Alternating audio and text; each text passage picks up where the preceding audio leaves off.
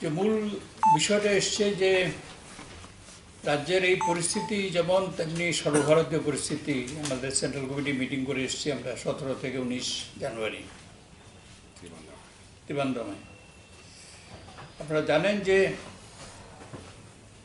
এই নাগরিকত্ব সংশোধনী আইন সিএএ, এনপিআর এবং এনআরসি, এটা নিয়ে দেশ জুড়ে আমরা আন্দোলন চালাচ্ছি। এবং এই সময়ের মধ্যে যেটা আমরা গত মিটিংয়ের পরপরেই আমাদের রাজ্যের মধ্যে যে ঘটনাগুলো ঘটে, যেখানে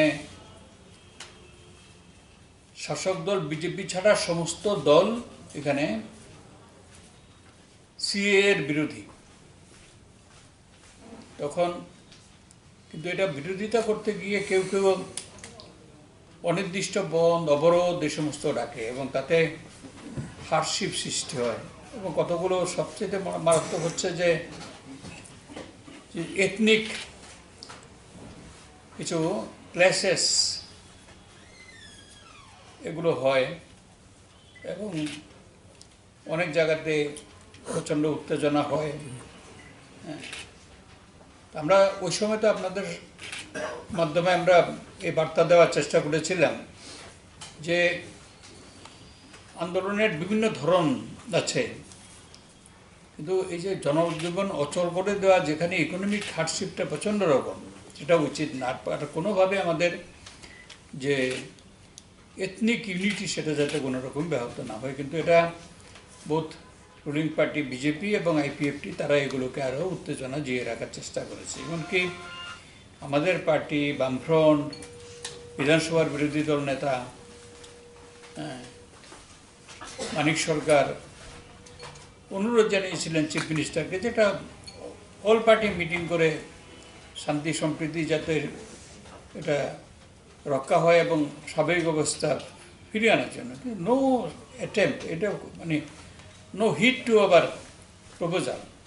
মানে কী ধরনের সংকীর্ণতা ভোগেন এরা, তার পরিচয়। এবং এটা মানুষ, আমাদের প্রচার এবং মানুষের শুভবুদ্ধি সম্পন্ন মানুষের উদ্যোগেই স্বাভাবিক অবস্থা, প্রায় স্বাভাবিক অবস্থা ফিরে এসেছে। কিন্তু এখনও কিছু কিছু জায়গাতে উত্তেজনা রয়েছে। আমরা মনে করি যে এগুলো হওয়া দরকার। কিছু কিছু জায়গাতে এখনও স্যাটেলাইট মার্কেট টার্গেট চলছে, সেগুলো হওয়া উচিত না। স্বাভাবিক অবস্থা আমাদের ইউনিটি রাখতে হবে। কিন্তু আমাদের যে লড়াই, ইউনাইটেডলি আমাদের লড়াই করতে হবে। এই যে বিভাজনের, ধর্মীয় বিভাজন সৃষ্টির যে তাদের যে লক্ষ্য, মেরুকরণের লক্ষ্য, এবং এটা ভারতকে হিন্দু রাষ্ট্রে পরিণত করার লক্ষ্যে বিজেপি আরএসএসের যে পলিটিক্যাল শাখা বিজেপি যেভাবে এগোচ্ছে, এটাকে প্রতিহত করতে হবে। এবং এই সমগ্র আমাদের সেন্ট্রাল কমিটির 3 দিনের অধিবেশনে পুরোটাই হচ্ছে এটার উপরে, যে how to combat as far as practicable. এখানে ব্যাপক যে ধর্মনিরপেক্ষ গণতন্ত্রপ্রিয় মানুষকে সমবেত করা এই লড়াইয়ে, এটা অত্যন্ত মানে যে যা দেখা যাচ্ছে, এটা কতগুলো ফিচার, যে বিশেষ করে ছাত্র যুবরা, মহিলারা, তারা যেভাবে এগিয়ে এসেছেন এটা প্রতিরোধ করার জন্য। আমাদের দেশের যে সেরা যে সমস্ত শিক্ষা প্রতিষ্ঠানগুলো, জেএনইউ তো আছেই, সবসময় পূর্বভাগে আছে, জামিয়া মিলিয়া, আলিগড়, এরা আছে সবসময় আন্দোলন করে। কিন্তু দিল্লি সেন্ট ডিফেন্স, দিল্লি স্কুল অফ ইকোনমিক্স, সমস্ত আইআইটি, আইআইএম, ব্যাঙ্গালোরের ইন্ডিয়ান স্কুল অফ সায়েন্স, তার ছাত্রছাত্রীরা পর্যন্ত এগিয়ে এসেছেন সিআইএ এর বিরুদ্ধে, এনপিআর এর বিরুদ্ধে, এনআরসির বিরুদ্ধে। এই সবটাই হচ্ছে লিঙ্কড। এরা যতই এগুলো করার চেষ্টা করুন, নরেন্দ্র মোদী প্রাইম মিনিস্টার, যে কাউকে ভারতের নাগরিকত্ব থেকে বাদ দেওয়া হবে না। তাদের আরএসএস-এর ঘোষিত লক্ষ্যই হচ্ছে এই মুসলিমদের বিতরণ করা, না হলে পরে তাদের দ্বিতীয় শ্রেণী থাকলে দ্বিতীয় শ্রেণীর নাগরিক। এবং শুধু তা না, আদার্স খ্রিস্টান তারাও, এবং শুধু তা না, এসটি, এসসি, ওবিসি এবং অন্যান্য গরিব মানুষকে ভারতের নাগরিকত্ব থেকে বঞ্চিত করা। একটা নিয়ে এগোচ্ছে তাদের, এই যে মনুসংহিতা হচ্ছে তাদের নিয়ে। এরা যে উচ্চ বর্ণের যে শাসন, সেটাকে এরা চাইছে হিন্দুদের মধ্যে, অন্যদের তারা স্বীকারই করে না। এটা ভোটের জন্য অনেক রকম কথা বলে, এসটি, এসসি, ওবিসি দরদ টরদ যে সমস্ত দেখায়। কিন্তু বিজেপি শাসিত রাজ্যগুলিতে কি চলছে তো দেখছেন, সেখানে তাদের কোনো আছে, সেখানে অধিকার আছে, নেই। তো সুতরাং এটা তো এরা যতগুলো যে মানুষ বুঝে শুনে এগুলো করছে না, হ্যাঁ। কিন্তু অমিত শাহ তো অন্তত 12 বার রেকর্ড আছে যে উনি বলেছেন যে এনআরসির জন্য, এনআরসি হবে সারা দেশে। এখন বলছে আমি, প্রাইম মিনিস্টার বলছেন না, এরকম কথা আমরা বলিনি।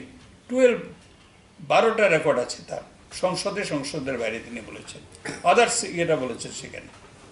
এবং সবটা হচ্ছে সিএটা করা হয়েছে, তারপর হচ্ছে এনপিআর, এবং এনপিআর-এর মধ্যে যে সেন্সাস আলাদা বিষয়টা আপনারা জানেন, কিন্তু এনপিআর-এর মধ্যে এমন সমস্ত তথ্য চাওয়া হচ্ছে যাতে তাদেরকে কিছু তথ্য যদি ঠিকমতো দিতে না পারেন, দে উইল বি ডাউটফুল, এবং এই ডাউটফুল করে ওই যেরকমভাবে আসামে ডিটেনশন সেন্টার করেছে ভোটার্সদের জন্য, সেরকম করে তাদেরকে করবে, হ্যারাস করবে, তাদেরকে ভারতের নাগরিকত্ব থেকে বঞ্চিত করবে। এরকম কি ব্যাপারে, যেমন ধরুন আমার বাবা মার জন্মস্থান, আপনার বাবা মার জন্মস্থান কোথায়, হ্যাঁ, এগুলো আমরা সবাই মনে রেখেছি, হ্যাঁ, এগুলো দিতে হবে সেখানে। আর এগুলো হলে পরেই হবে না। এখন বলছে যে বিদেশেও পর্যন্ত প্রতিবাদ হচ্ছে, ইউরোপিয়ান কান্ট্রিতে প্রতিবাদ হচ্ছে, ইউরোপিয়ান পার্লামেন্ট নিচ্ছে, বেকায়দায় পড়ে গেছে। এখন বলছে যে না, এটা অপশনাল। আমাদের একটাই সিদ্ধান্ত যে আমরা সেন্সাসের যা তথ্য চাইবে আমরা সেটা দেব, নো এনপিআর-এর আমরা কোনো তথ্য দেব না।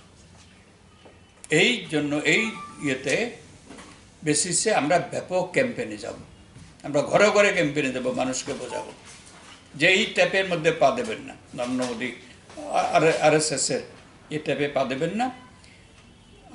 যখন 1 এপ্রিল থেকে 30 সেপ্টেম্বরের মধ্যে তারা এই করে ঘরে ঘরে যাওয়ার কথা, এনামোরেটরদের একদম স্পষ্ট করে বলা, এবং তার জন্যে আমরা ফ্রম ডে আফটার টুমোরো আমরা এই ক্যাম্পেইন আমরা যাব।